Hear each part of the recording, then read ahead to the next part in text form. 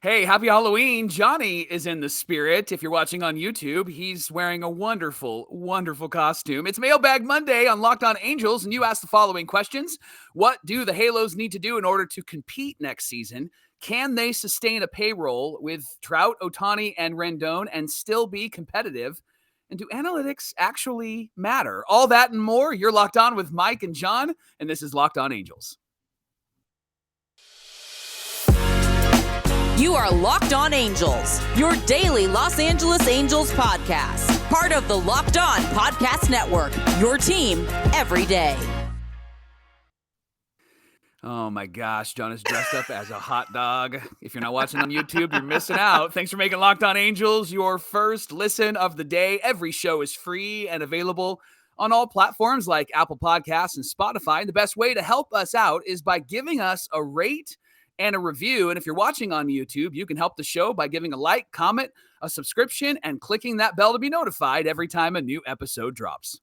Happy Halloween, you scoundrels, you rapscallions, you hooligans, you maniacs. What's going on, everybody? You've got the Frisch Brothers here with you. This is Locked On Angels, where it's your team every single day. My name is John, and that's my brother Mike. And my name is Mike, and that's my brother John. John, are you going to get sweaty inside of that costume during the show? I got the AC down to a cool 70 right now.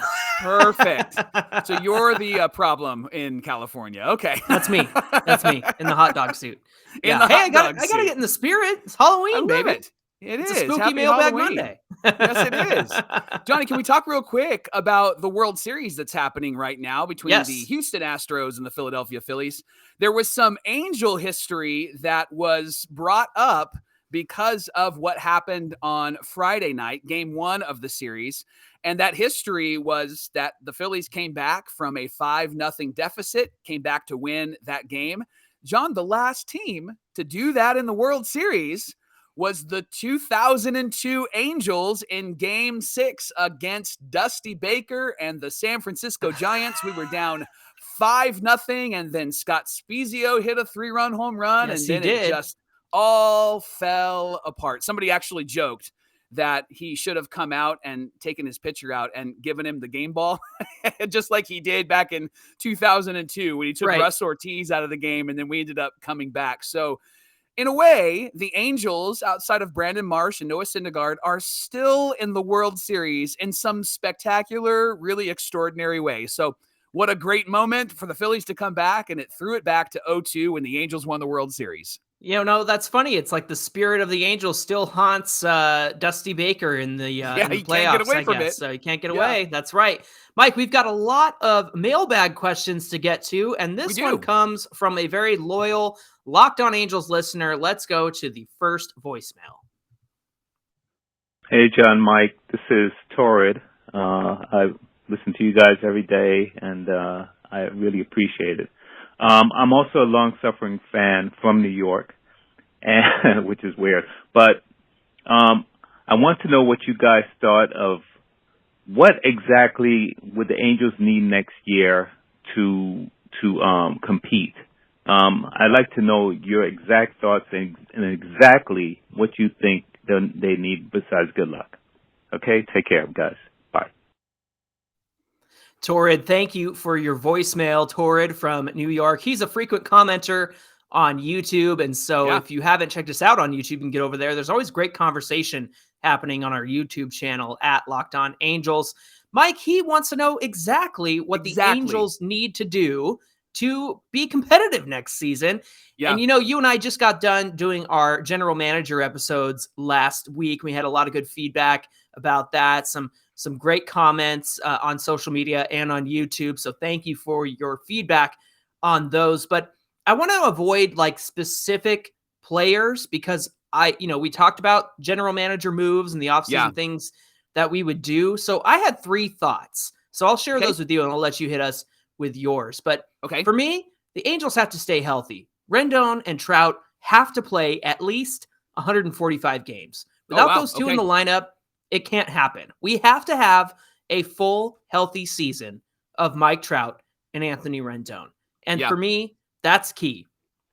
The second thing is depth. I know that we talked a lot about this in our general manager episodes, but I don't think we need to go after the superstar free agents that are out there this season in terms of position players. Maybe for starters, it would be nice to go after some good starters, of course, but we need quality role players, guys who can play all over the field so that when somebody goes down, whether it's Rendon or Trout, hopefully not, then we have the perfect backup to them.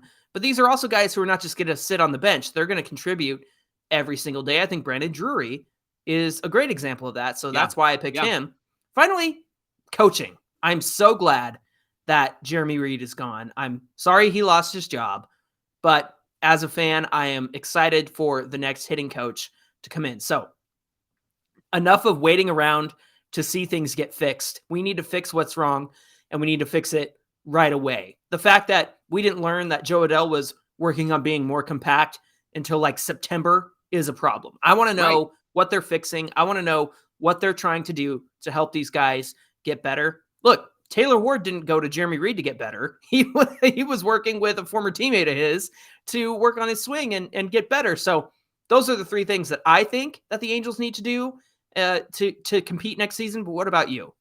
I think Perry Minasian needs to make a phone call to our favorite general manager in the NFL, and that is John Lynch of the San Francisco 49ers. Hey. This guy is not afraid to make the moves that are necessary so that the team can compete. And I'm a Niner fan, so are you. I know it's Locked On Angels, but just go with me on this for just a moment. Of course. The 49ers traded a second round, third round, fourth round, and a future fourth round to get Christian McCaffrey this year. Mm-hmm. Christian, who is 26 years old. He's got a great big contract, and he is a multi-versatile player similar to Deebo Samuel on the 49ers. Think Shohei Ohtani and Mike Trout. That's Christian McCaffrey and Deebo Samuel. And he went and did what was necessary, and he made the trades. And, John, when we look at our minor leagues, I think we have some trade pieces, and I don't think we have to sign all of these big money free agents to fix our problems. I think we trust those young guys, or we trade them and we get some pieces that are necessary for our team. Maybe some guys who are locked in and locked up, or maybe some guys who are actually, their contracts are expiring, but they're going to be really good. I'm tired of signing free agents and then having them fall apart. Maybe we need to make some trades for some guys. Maybe we need to pick apart the Guardians because they've been willing to trade a lot of people away in the past few years. I think Perry's got to do whatever is necessary to get whoever he needs. We need guys that can play. We need players on the field, and we need guys that are fired up and ready to go. And I think that we can really win this season if we make those decisions right now in the offseason. Love it. Hey, this question comes from Zach on Twitter at AngelsFan1522. The comment last week about trading Ohtani to the Dodgers, I personally would take that trade in a heartbeat. That was the one that we covered on Friday with the 6 players. My question is there any way the Angels can sustain a payroll of Ohtani, Rendon, Trout, and actually stay competitive? They really have no depth. What are your thoughts about that, Mike?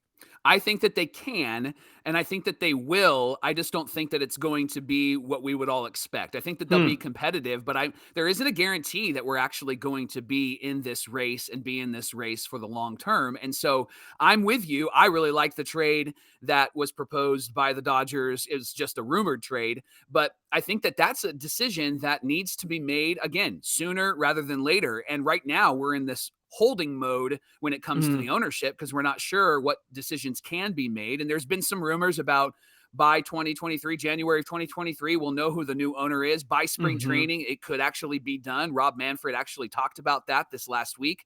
And so I'm with this Zach. Yeah, I'm with what Zach has said here. I really think that we need to make some decisions and make those decisions quickly. And yeah, it might suck to lose some of these great players, but it'll all be washed away when we're winning. Right, exactly. How about Connor? Johnny Connor says, I know we're all excited to see some of the guys from the Trash Pandas in the majors really soon, but should we be concerned about how low rated our farm system is right now? When it comes to farm system ratings, think about this. The people that are out there examining farm system ratings are looking at 4 levels from 30 teams. Yeah. And over hundreds of players, thousands of players. Yeah. Across the entire league. And I'm sure they have a great finger on the pulse when it comes to how these players are performing, how they rank. But to me, that sounds a little overwhelming. And you and I know as Angel fans, and I'm sure a lot of Angel fans know, we've got some pretty good players. In fact, I would encourage everyone to check out Locked On MLB Prospects episode from last Friday. Lindsey Crosby, who hosts, so good. He did a Farm Friday, which he does every Friday, and he examined the Angels. It's from October 28th, so be sure you check that out. He even said Edgar Caro, the catcher in High A, could be a top 100 prospect when the next rankings come out. Yeah. And I think after the championship run that the Trash Pandas went on, I think we're going to see a lot more players in the top 100 from the Angels. I think we're going to be very surprised.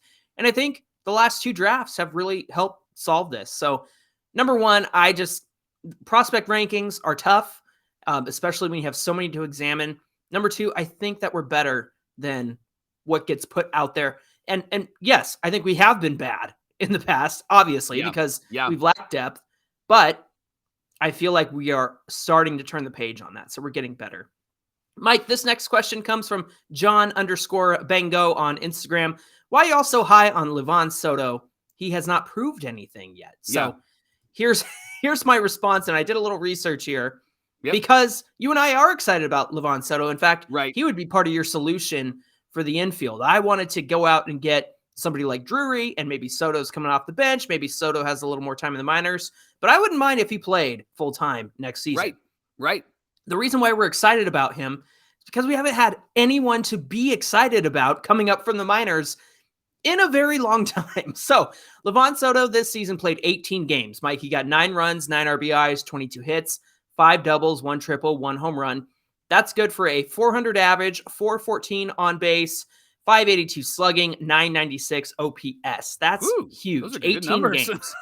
Yeah. So let me run through some of the guys who have come up from the minors in the past. David Fletcher, through his first 18 games, 2 runs, 5 RBIs, 14 hits, 2 doubles, 1 triple, 286, 340, 367, 707 OPS. Jared Walsh, 3 runs, 2 RBIs, 9 hits, 2 doubles, 214 average, 529 OPS. Taylor Ward, 8 runs, 8 RBIs, 13 hits, 2 doubles, 3 home runs, a 210 average, 656 slugging. Joe Adell, we all remember this. 5 runs, 4 RBIs, 13 hits, 2 doubles, 2 home runs, 191 batting average, 555 OPS. Yeah. Brandon Marsh, one of the more recent ones that came up. He came up last season in 18 games, 6 runs, 2 RBIs, 9 hits, 4 doubles, 158 average, 478 OPS. Now, Mike, I'm going to let you take these 2 because these are actually really exciting. We've got Mike Trout in 18 games from 2011, but also Mike Trout in 18 games from 2012. And listen to how close these numbers are to what Livan Soto was able to do in his first 18 games. Yeah, so here's 2011. He was 10 runs, 7 RBIs, 10 hits, 3 doubles, 2 home runs, 200 batting average with a 626 OPS. And then next season, this is his rookie of the year season, 13 runs, 9 RBIs, 23 hits, 5 doubles, 1 triple, 3 home runs, 338 average, 971 OPS. Very similar to what Livan Soto put up when he came up. So all of those stats are just evidence as to why you and I are stoked on Livan Soto, because this guy has come up and has looked really, really confident and really, really good. He looked like he wants to be there. He's a gamer. He's a player. And that's exactly what we need, John. Yeah, and we're not saying that Livan Soto is going to be Mike Trout's rookie of the year season, but what we are saying is look how impressive he was in 18 games, and look how unimpressive most of the guys that we're excited about coming up from the minors they've been not impressive in the first 18 games. That was good so English. Just the fact that he got off to such a hot start is really important. So there's reason to be excited for him. Again, I know it's a small sample size, but it's very important that we celebrate what Livan Soto has been able to do in his first 18 games. Yeah, coming up on Locked On Angels, should Kenley Jansen be our closer next season? That's one of the questions you asked. But first, Locked On Angels is brought to you by our friends at BetOnline. BetOnline.net is your #1 source for all your World Series needs. Find all the latest player developments, team matchups, news, podcasts, and in-depth articles and analysis on every game that you can find from every sport. And as always, BetOnline remains your continued source for all your sport wagering information, with live betting up to the minute scores to every sport out there. It's the fastest and easiest way to check in on all your favorite games, events, including football, NBA, MMA, boxing, and golf. I wonder what BetOnline would say about the Lakers, who, as of Sunday night, are 0-6. I wonder what the trade bet might be on LeBron James. You can check that out right now. BetOnline.net is where you need to go, or you can use your mobile device to learn more. BetOnline is where the game starts. We want to thank you for making Locked On Angels your first listen of the day. And for your second listen today, you got to check out Locked On Sports Today. Take it from me, the hot dog. From the games that matter the most to the biggest stories in sports, you can go beyond the scoreboard and behind the scenes with the local experts and insights that only Locked On can provide. Locked On Sports Today is available on this app, YouTube, or wherever you get your podcasts. All right, Johnny, we got voicemails. Got another one from Gavin in Rancho Cucamonga. Let's hit it. Hey, Mike and John, this is Gavin from Rancho Cucamonga. So I wanted to talk about our analytics at the Angels. The top teams have much bigger analytics departments than us. How important do you think that is to our long-term success? And does it deserve as much weight as it seems like, or how much old school a balance of the two? How would you guys address the analytics department? Have a good one, guys. Gavin from Rancho Cucamonga. Thank you for the voicemail. Great name, by the way, right, Mike? I like that. I got a son named Gavin. It's not him, though. Hey, you know what I did to answer this question? I did a quick dive into our friends over at LinkedIn. You know, LinkedIn Jobs always sponsors the show. We appreciate them very much. And so what I did is I actually went to each baseball organization that I'm about to talk about, and I checked out the list of employees, and they actually have some data on where their skills lie. Now, some explicitly say analytics, baseball analysts, stuff like that. But also there's some like operations people. Now that could be IT, that could be finances, things like that. So just the fact that operations is in their title, that's what caused them to show up. But I will say not every single person with operations in their title is going to be an analytics person. But sure, just to get a good idea of what we're dealing with here, the Angels, according to LinkedIn, have 558 employees. 140 of them are in operations. So that's about 25%. Now, I did go down a list, and I saw that there were about 18 baseball operations and analysts. Now, I think that list actually could have loaded more, but that's from my count what I got. There's some former Braves analysts in the Angels organization now, which Perry probably hired and brought over from his time in Atlanta.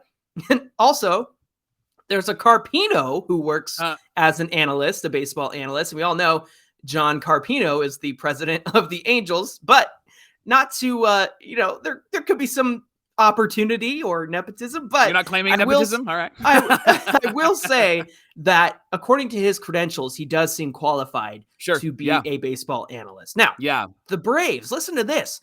They have 1,220 employees. Oh, wow. 340 of them are listed in operations. Again, it could be baseball operations, could be something else. That accumulates to 27% of their staff being in operations. The Astros have 762 employees. 165 of them are in operations. It's about 21%. And the Dodgers, who we all know are very good at analytics, 1,135 employees. 255 of them are in operations, and that's about 22% of their staff. So the Angels have 25% in operations, but Mike, they have about half as many employees as the Braves and the Dodgers do. Isn't that crazy? That is interesting. That it seems like I don't know. I don't know if that's a good thing or a bad thing. I think there are some good and bad that we can draw from that, but that's an interesting stat there, that it's almost half of what the Braves have and close to half of what the Dodgers have. Right.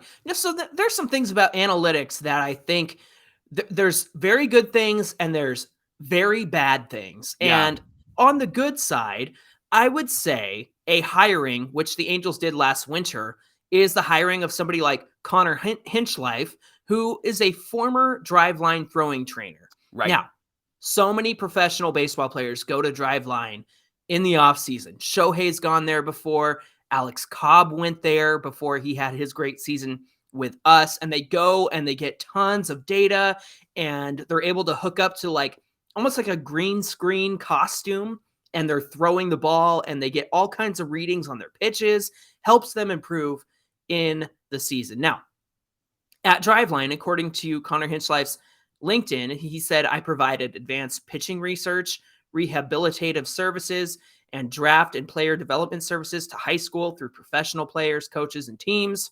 75 plus professional pitchers.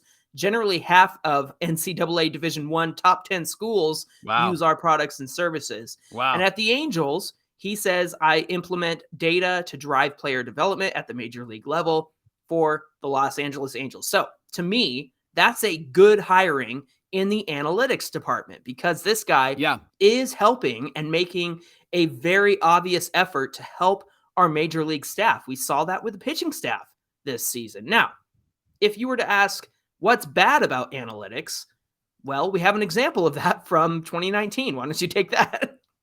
Yeah, this is the swing back, right? Yes. Like, this is why you need the right people in the right positions. And in 2019, Brad Ausmus was not it. Brad Ausmus was not the guy.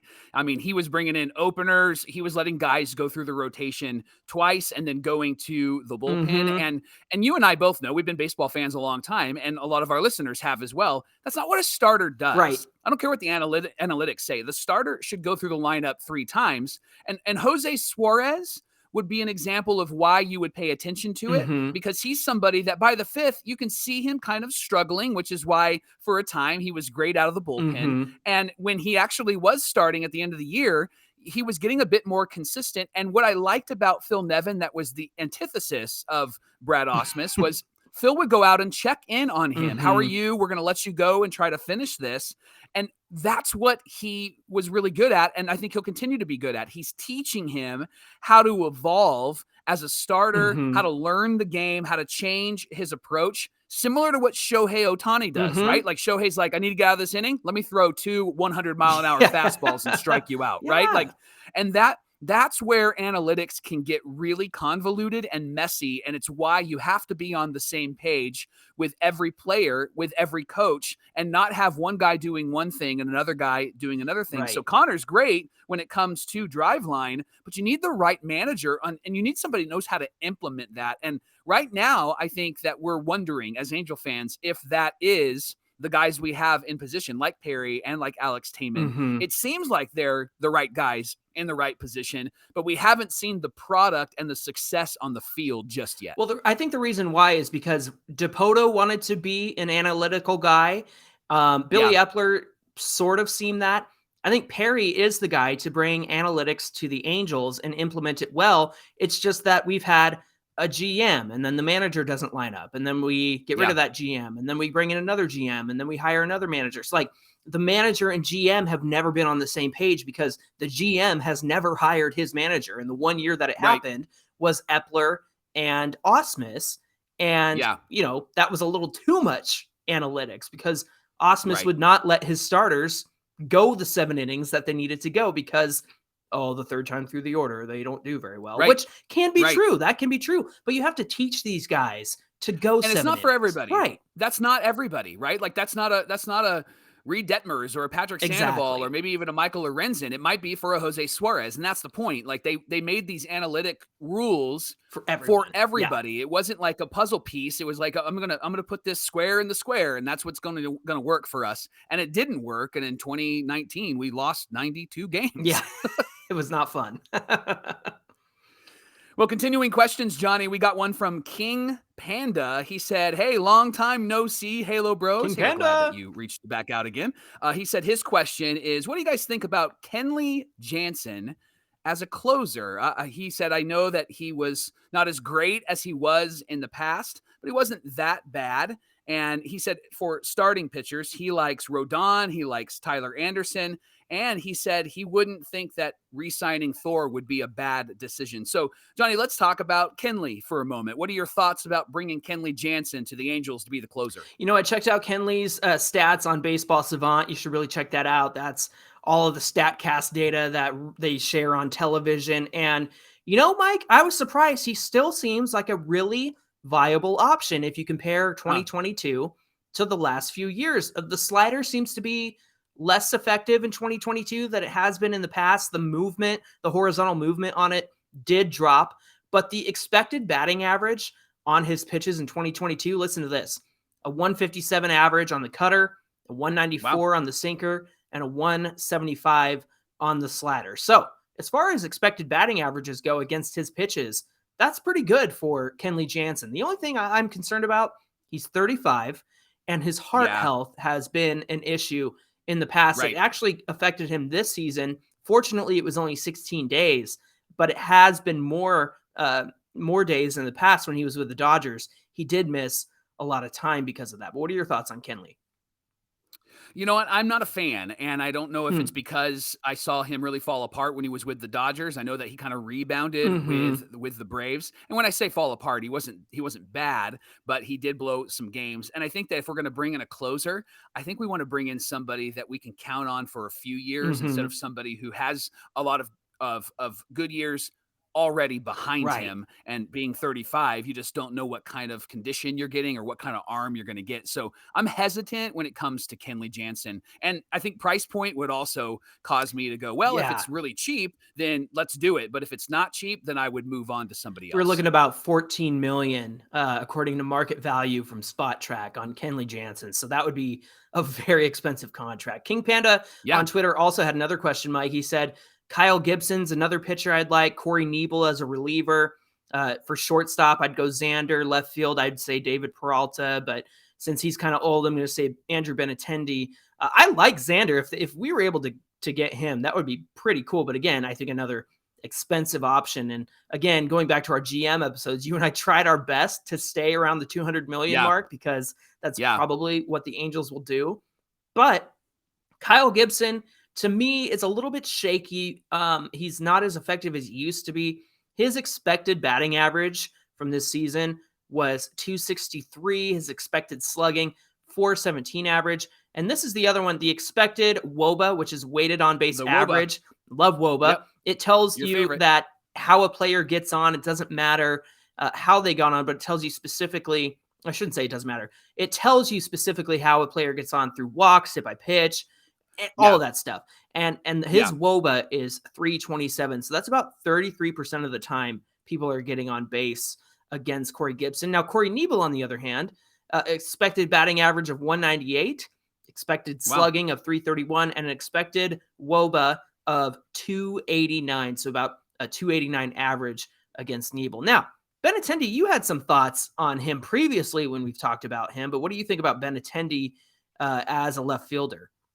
Yeah, in KC, he was really great, but he really seemed like he struggled with the spotlight in New York. And I think we have to learn our lesson with players that we sign that are kind of on the downhill when it comes to the second half of the season. And I think Benintendi had a great year overall. He was not great in the second half, and we have to pay attention to that stuff because how you finish will be how you start, right? And then when it comes to Bogaerts, we're talking about Xander Bogaerts, right? When you say Xander, because I looked up his stats, he's signed until 2025, so it would have to be a trade in order to grab him. Everyone thinks he's going to opt out from the Red Sox. Oh, there's an opt out there. Yes, okay. Yes. That's interesting. That's interesting. And he's not very happy with the Red Sox. Interesting. I read some stats on him and I did read about that. And so, right now he's locked up until 2025. So if he does opt out, I mean, his price point was pretty high. I think it was in the mid-20s in the contract that he's with right now. So he would be in the same vein as like a Trey Turner, maybe even, let's say more Dansby Swanson, because I think Trey Turner is going to be more of a $30 million guy next season when people sign him. Absolutely. Hey, Nolan Connor on Twitter said, I think Corbin Burns is the guy, so I would try and load up the farm in preparation of him being put on the trade block with Milwaukee. I wouldn't be afraid to trade Ward for a young pitcher or prospects for a Burns trade down the line. Now, I looked it up. Corbin Burns is arbitration eligible through 2024, so if there was a trade for him, we'd get him for 2 seasons. Mike, what do you think about possibly trading for Corbin Burns? Nolan, this is perfect. This is exactly the types of moves. This is the exactly type of moves that the Angels need to make. This is how you show Shohei Ohtani that you mean business in 2023. Yeah. And we will probably have to give up some good pieces to get him, but this is exactly what you need to do. And going back to what I said earlier, this is the John Lynch move of the 49ers. This is what you do. You go and get somebody like Burns, and he is ARB eligible until 2024. So we're going to get him at least for 2 seasons at a really great price point. And so what you give up, you're actually getting back somebody who's already pitched really, really well. He's led the league in whip, and he's actually been really strong. I think, was it 2 years ago that he didn't walk anybody for like his first 3 starts? I mean, the guy has got incredible control, and he's an ace. Now, would Milwaukee trade him? I don't know. I mean, they have a really great pitcher here, but if we give him a really great price, if we give him a really great opportunity with players, then I could see the Brewers really moving forward and grabbing him. You feel the same way?